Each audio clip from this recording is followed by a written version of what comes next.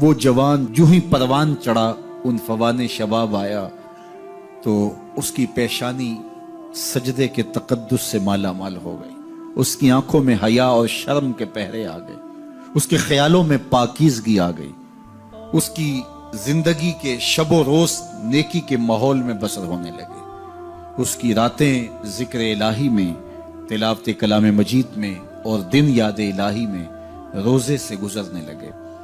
وہ جوان جس کی جوانی اللہ کی عبادت میں گزری، کیونکہ جوانی اگر عبادت میں گزر گئی تو بڑھاپا تو پر نور ہے ہی ہے۔ سب سے مشکل مرحلہ زندگی کا جوانی کا ہے۔ شیطان زیادہ ورغلاتا ہے کسی شخص کو جب وہ جوانی کے مرحلوں سے گزر رہا ہوتا ہے۔ تو جس کی جوانی خیریت کے ساتھ گزر گئی اور اس نے اپنی جوانی کے تقدس کو محفوظ رکھ کے منزل تک پہنچا لیا، اپنی عصمت کے جوہر کی حفاظت کی، اپنی آبرو کو لٹنے نہیں دیا، اپنی آنکھوں کی شرم و حیا پر پہرے بٹھائے اور آنکھ کو برباد نہیں ہونے دیا اور اپنی زندگی کے تقدس کا پہرا دیا، تو جو جوان اپنی جوانی کو خیریت کے ساتھ گزار گیا۔ کسی نے کہا تھا نا، کتاب زیست کا ایک اور باب ختم ہوا، شباب ختم ہوا، ایک عذاب ختم ہوا۔ تو جوانی جس کی منزل تک پہنچ گئی خیریت کے ساتھ، عافیت کے سائے میں، مشکل تو بڑا ہے جوانی کو منزل تک لے جانا، خیریت کے ساتھ، داغدار نہ ہونے دینا، جوانی کے تقدس کو رسوا نہ ہونے دینا، عصمت کے جوہر پہ کالک نہ لگنے دینا، خواہشات کو غالب نہ آنے دینا۔ آسان کام تو نہیں ہے، مشکل کام ہے، لیکن اگر کوئی مشکل کاٹ گیا، جوانی کے تھوڑے سے ایام میں گزار گیا، اللہ اکبر۔ حضرت شیخ خطلی کہتے ہیں، داتا گنج بخش علی حجویری علیہ رحمہ کے مرشد ہیں، الدنیا یوم ولنا فیہا صوم۔ وہ کہتے ہیں دنیا ایک دن ہے، ہم روزہ رکھ کے گزار رہے ہیں۔ تو روزہ رکھ کے سارا دن گزر ہی جاتا ہے، دوپہر بھی آتی ہے گزر جاتی ہے، اور عصر کا وقت بھی آتا ہے گزر جاتا ہے، کھانے کا وقت بھی آتا ہے، چائے کا وقت بھی آتا ہے، سب کچھ ہوتا ہے لیکن گزر جاتا ہے، افطار تک بندہ پہنچ جاتا ہے۔ جس نے زندگی روزے کی طرح گزار دی، جس نے جوانی روزہ رکھ کے گزار دی، خواہشات کو بے قابو نہیں ہونے دیا، مشکل کام تھا لیکن اس نے مشکل کام کر دکھایا۔ اجر کتنا بڑا ہے، سنیے اللہ کے محبوب کی زبان سے سنیے۔ حضور نے ارشاد فرمایا جو سیدنا ابو ہریرہ کے ذریعے سے ہمارے تک پہنچا، فرمایا قیامت کے دن جب سورج کا رخ سیدھا ہوگا، زمین تانبے کی ہوگی، لوگ پسینے میں شرابور ہوں گے، کوئی ٹخنوں تک پسینے میں، کوئی گھٹنوں تک، کوئی کمر تک، کسی کو پسینے کی لگام دی جائے گی، اور وہ پسینہ ایسے نہیں ہوگا جس طرح یہ پسینہ ہے، اتنا گرم ہوگا۔ ابن رجب حنبلی کہتے ہیں اس پسینے کا ایک قطرہ اگر احد پہاڑ پہ ڈال دیا جائے تو وہ پگھل جائے، اتنا گرم ہوگا، بدبودار اتنا ہوگا، ایک قطرہ دنیا پہ ڈال دیا جائے، انسان کیا جانوروں کے دماغ بھی پھٹ جائیں، اس پسینے میں لوگ شرابور ہوں گے۔ لیکن جس نے اپنی جوانی کو عافیت سے گزارا ہوگا، کل قیامت کے دن جب کوئی سایہ نہیں ہوگا، اللہ اس جوان پر اپنے عرش کا ٹھنڈا سایہ عطا فرمائے۔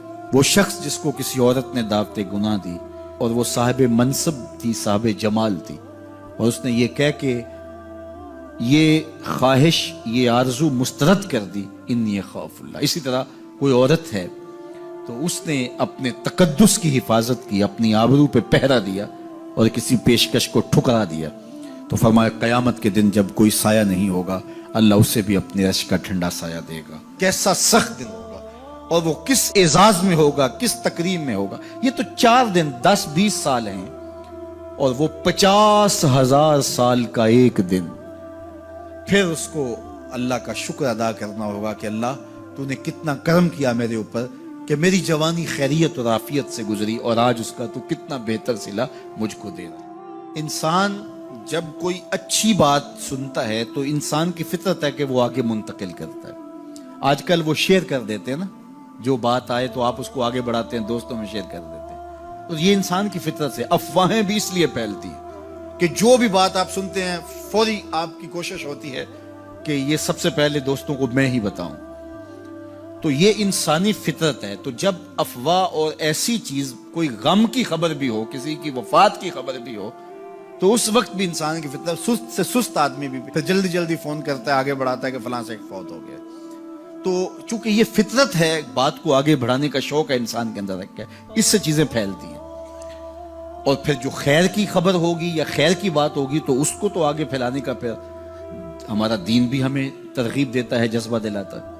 تو حضرت ابو ہریرہ اس جذبے کے تحت جو سنتے تھے پھر آگے منتقل کرتے. اب حضور کی بارگاہ سے اٹھ کے جاتے تو سب سے پہلے گھر جاتے اور سب سے پہلے اپنی ماں کو ہی سناتے. اور ماں تھی کافرہ، وہ سننے کی بجائے، خوش ہونے کی بجائے سن کے وہ الٹا ناراض ہوتی اور کوئی نہ کوئی ایسی بات کر دیتی.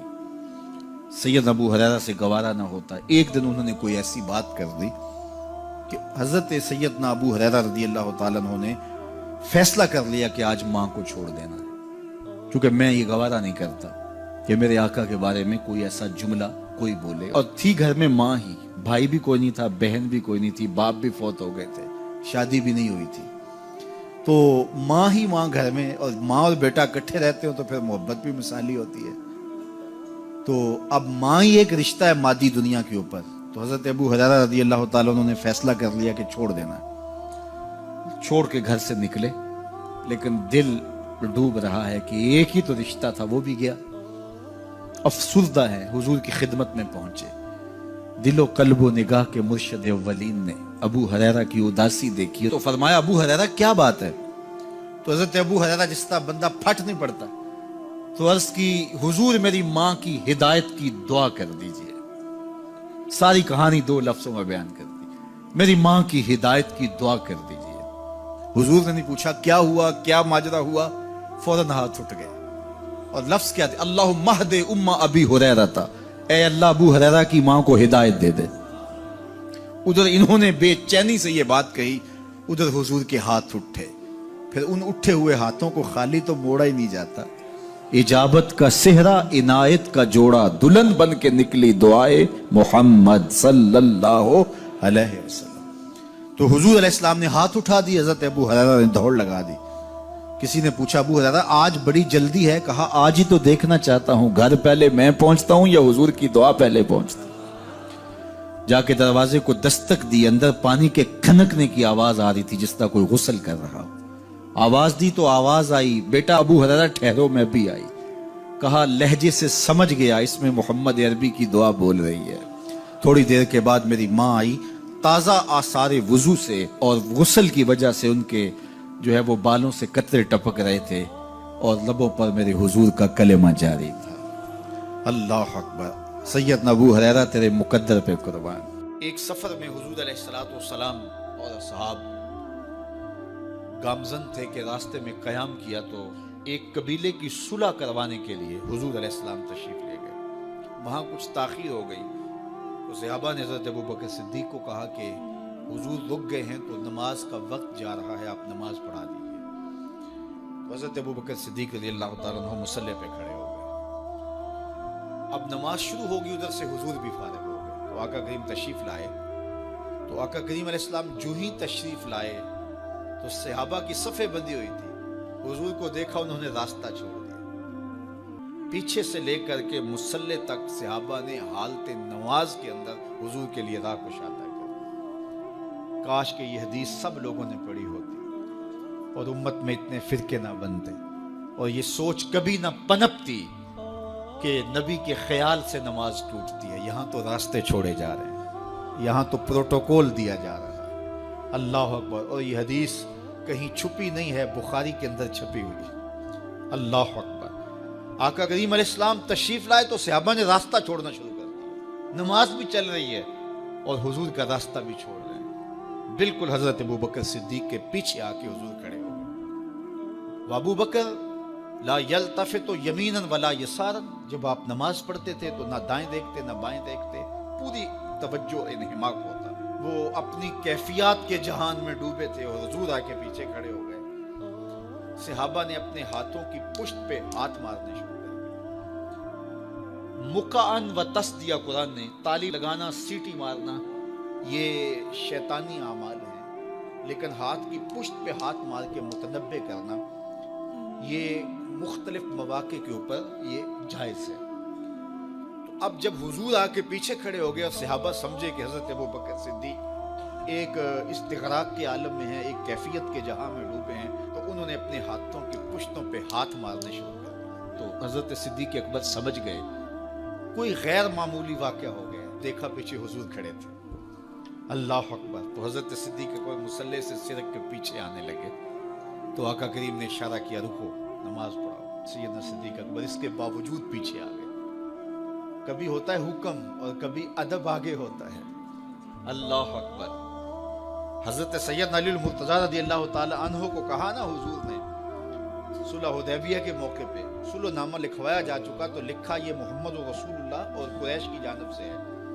تو عروہ نے کہا اگر محمد رسول اللہ مان لیں ہم تو پھر لڑائی کس چیز کی ہے؟ تو اس لیے محمد رسول اللہ نہیں محمد بن عبداللہ لکھا جائے۔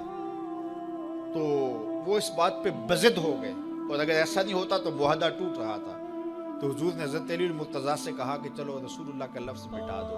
عرض کی میں تو نہیں مٹاؤں گا، میں تو نہیں مٹاؤں گا، یہ نام میں تو نہیں مٹا سکتا۔ پھر حضور نے خود مٹایا۔ اب یہاں حضور نے کہا ابو بکر رکو، لیکن حضرت ابو بکر نہیں رکے، پیچھے آ گئے۔ اور پھر حضور خیر مصلی پہ گئے، نماز ہوئی، سلام پھرا تو حضرت ابو بکر صدیق رضی اللہ تعالیٰ عنہ کو حضور نے کہا ابو بکر جب میں نے کہا تھا تم رکے رہو تو تم کیوں پیچھے آئے؟ تو سنو حضرت ابو بکر نے کیا جواب دیا رضی اللہ تعالیٰ عنہ۔ کروڑوں سلام، لاکھوں عقیدتوں اور نیاز مندیوں کے خراج ان کی چوکھٹ پہ عرض کرنے لگے ما کانا لابن ابی قحافہ ان یؤم رسول اللہ صلی اللہ علیہ وسلم۔ حضور ابو قحافہ کے بیٹے کی جرت کب ہوئی کہ رسول اللہ کے آگے کھڑا ہو کے نماز پڑھائے؟ یہ ابو قحافہ کے بیٹے کی ہمت کب ہوئی کہ رسول اللہ کے سامنے کھڑا ہو کے نماز پڑھائے؟ تو ادب پہلا کرینہ ہے محبت کے کرینوں میں۔ حضرت ابو بکر صدیق رضی اللہ تعالی عنہ نے اگر حضور علیہ الصلوۃ والسلام کی اطاعت اور حضور کی محبت، ادب، فرما برداری اور جانثاری کے انوکھے باب رقم کیے ہیں، لیکن حضور نے بھی ان کو جو اعزازات دیے۔ ایک خاتون آئی مسئلہ پوچھنے، آقا کریم نے فرمایا پھر آ جانا۔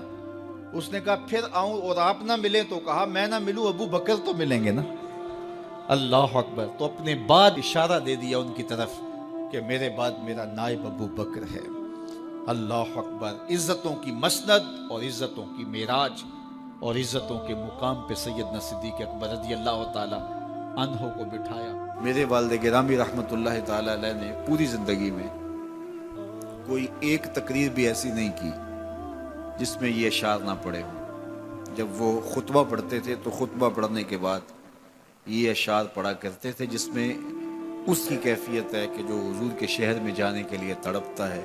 ز مہجوری برآمد جان عالم، ز مہجوری برآمد جان عالم، تراحم یا نبی اللہ تراحم۔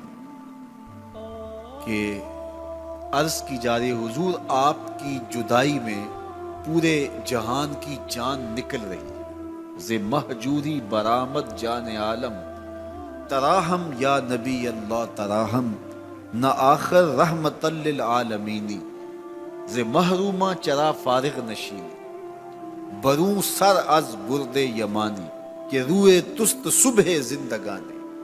حضور اپنا سر انور اس یمنی چادر سے ذرا نکالیے، چونکہ آپ کا چہرہ انور زندگی کی صبح ہے، زندگی کی بہار ہے۔ ادیم طائف نعلین پاکن، شراک از رشتہ جاں ہائے ماکن۔ اللہ اکبر۔ جامع علیہ رحمہ کا انداز کتنا دل آویز ہے۔ وہ کہتے ہیں حضور آپ طائف کے بنے ہوئے چمڑے کے جوتے پاؤں کی زینت بنائیں۔ آپ جوتے جو پہنے وہ طائف کا مشہور چمڑا ہو اور اس کے بنے ہوئے ہوں۔ شراک از رشتہ جاں ہائے ماکن، اور اس کے اندر جو تسمے ڈالیں وہ جامی کی جان کے ڈالیں، جامی کے چمڑے کے نہیں، جامی کی جان کے تسمے ان نالین میں ڈالیں جو آپ طائف کے بنے ہوئے نالین زیب تن کریں۔ وہ ایک شاعر کہتا ہے عربی کا کہ یا لیتنی کنت تربت ایبتکم فلتسمت نعالک ذاک کدی، کاش میں مولوی نہ ہوتا۔ وہ بہت بڑا شیخ الحدیث گزرا ہے، تو وہ کہتا ہے میں کاش شیخ الحدیث نہ ہوتا، میں مولوی نہ ہوتا، مدینے کی گلی کی مٹی ہوتا، حضور گزرتے طلبوں کو چوم لیتا۔ چے باشد گر کنی سوئے نگاہے، ہمیشہ گر نہ باشد گاہے گاہے، نگاہے یا رسول اللہ نگاہے، صد ہزاراں جبریل اندر بشر، بہر حق سوئے غریبہ یک نظر، یا رسول اللہ انظر حالنا، یا حبیب اللہ اسما قالنا، اننی فی بحر غم مغرق خذ یدی ساحل لنا اشکالنا، یا صاحب الجمال و یا سید البشر من وجهک المنیر لقد نور القمر، لا يمکن الثناء کما کان حقہ بعد از خدا بزرگ توئی قصہ مختصر۔ ساری کہانی آ کے یہی ختم ہوتی ہے۔ تو یہ میری اور آپ کی سعادت مندی ہے۔ اللہ کی توفیق سے